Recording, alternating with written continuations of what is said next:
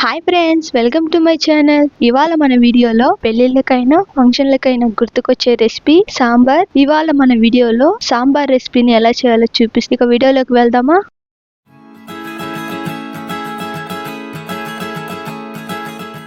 ముందుగా 100 గ్రాముల కందిపప్పుని తీసుకోవాలి. కందిపప్పుని నీట్ గా వాష్ చేసుకొని కుక్కర్ లోకి అయితే తీసుకోవాలి. నీట్ గా కడిగిన కందిపప్పులో 2.5 గ్లాసులు వాటర్ అయితే పోసుకొని కుక్కర్ కి మూత పెట్టి 5 విజిల్ వచ్చేంత వరకు అయితే ఉడికించుకోవాలి. పప్పు ఉడుకుతున్నాగా సాంబార్ లోకి కావాల్సిన వెజిటేబుల్స్ అయితే కట్ చేసుకోవాలి. సాంబార్ లోకి కావాల్సిన వెజిటేబుల్స్ టమాటాలు 4, ఆనియన్స్ 3, 2 మునక్కాయలు, పచ్చిమిర్చి 3, దోసకాయ 1, 3 వంకాయలు, క్యారెట్ 1, ముల్లంగి 1, కొత్తిమీర, కరివేపాకు. వీటిని అయితే తీసుకొని కట్ చేసి ఒక ప్లేట్ లోకి అయితే పెట్టుకోవాలి. పప్పు మనకి 5 విజిల్ అయితే రావాలండి. అప్పుడే మనకి పప్పు అనేది మెత్తగా ఉడుకుంటుంది.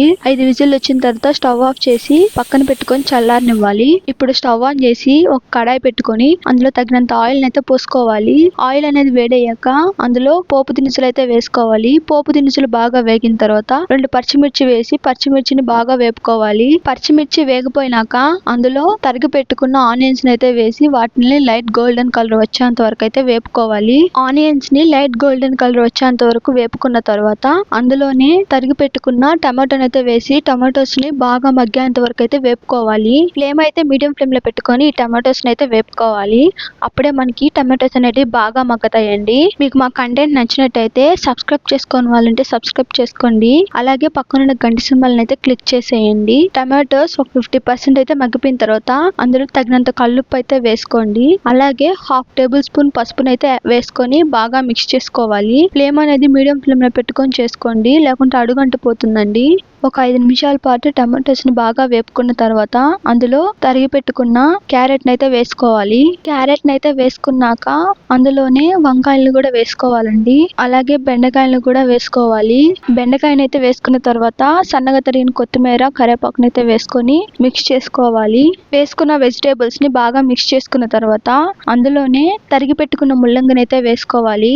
ముల్లంగిని అయితే వేసుకున్న తర్వాత అందులోనే మునక్కాయలను కూడా వేసేసుకోవాలండి. అలాగే తరిగి పెట్టుకున్న దోసకాయ ముక్కలను కూడా వేసుకొని బాగా మిక్స్ చేసుకోవాలి. మనం ఏ వెజిటేబుల్స్ అయితే కట్ చేసుకున్నామో అన్ని వెజిటేబుల్స్ వేసి మిక్స్ చేసుకోవాలి. మిక్స్ చేసుకున్న తర్వాత 2 టేబుల్ స్పూన్ల కారం అయితే వేసుకోవాలండి. మీ రుచికి తగినంత కారం అయితే వేసుకోండి. ముందుగా నానబెట్టుకున్న చింతపండుని బాగా మిక్స్ చేసి పులుసుని అయితే ఆ వెజిటేబుల్స్ లో అయితే పోసుకోవాలండి. నేను వీడియోలో చూపించిన విధంగా చింతపండుని అయితే బాగా కలుపుకొని పోసుకోండి.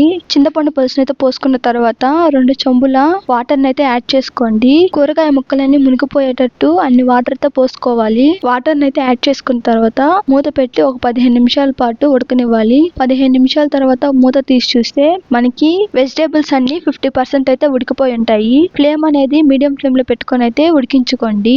అప్పుడే మనకి కూరగాయలన్నీ బాగా ఉడుకుతాయి. వెజిటేబుల్స్ అనేటివి ఉడుకుతున్నాగా ఇందాక మనం ఉడకపెట్టుకున్న పప్పునైతే మెత్తగా ముద్దగంకరతో అయితే వెనుపుకోవాలండి. సో వాటర్ అయితే యాడ్ చేసుకొని బాగా వెనుపుకోండి. మెత్తగా వెనుపుకున్న పప్పుని ఉడుకుతున్న సాంబార్ లో అయితే పోసుకోవాలి. పోసుకున్న పప్పుని బాగా మిక్స్ అయ్యేటట్టు అయితే కలుపుకోండి. ఇలా కలుపుకున్న తర్వాత సాల్ట్ సరిపోయిందో లేదో చూసుకోండి. ఒకే సరిపోకపోతే కొంచెం సాల్ట్ అయితే వేసుకోండి. ఒక 5 నిమిషాల తర్వాత బాగా మిక్స్ చేసుకున్న తర్వాత 2 టేబుల్ స్పూన్ల సాంబార్ పౌడర్ అయితే వేసుకోవాలి. నేను హోమ్ మేడ్ సాంబార్ పొడిని అయితే వేస్తున్నానండి. షాప్ లో దొరికిన సాంబార్ పొడిని కూడా వేసుకోవచ్చు. కంపల్సరీగా సాంబార్ పొడిని అయితే వేయాలండి. అప్పుడే మనకి టేస్ట్ అనేది చాలా బాగుంటుంది. సాంబార్ పౌడర్ ని వేసుకున్న తర్వాత చిటికెడంత ఇంగువను కూడా వేసుకొని బాగా మిక్స్ చేసుకోవాలి. కొంతమంది ఇంగువ వేయరండి. ఇంగువ వేస్తే టేస్ట్ అనేది సూపర్ గా ఉంటుంది. హోటల్ సాంబార్ లాగా ఉంటుందండి. అందుకే నేను ఇంగువ వేయమంటున్నాను. ఇంగువ వేసి మిక్స్ చేసుకున్న తర్వాత మూత పెట్టి ఒక 15 నిమిషాల పాటు బాగా ఉడకనియాలి. ఇప్పుడు స్టవ్ ఆఫ్ చేసి బౌల్లోకి సర్వ్ చేసుకోవడమేనండి.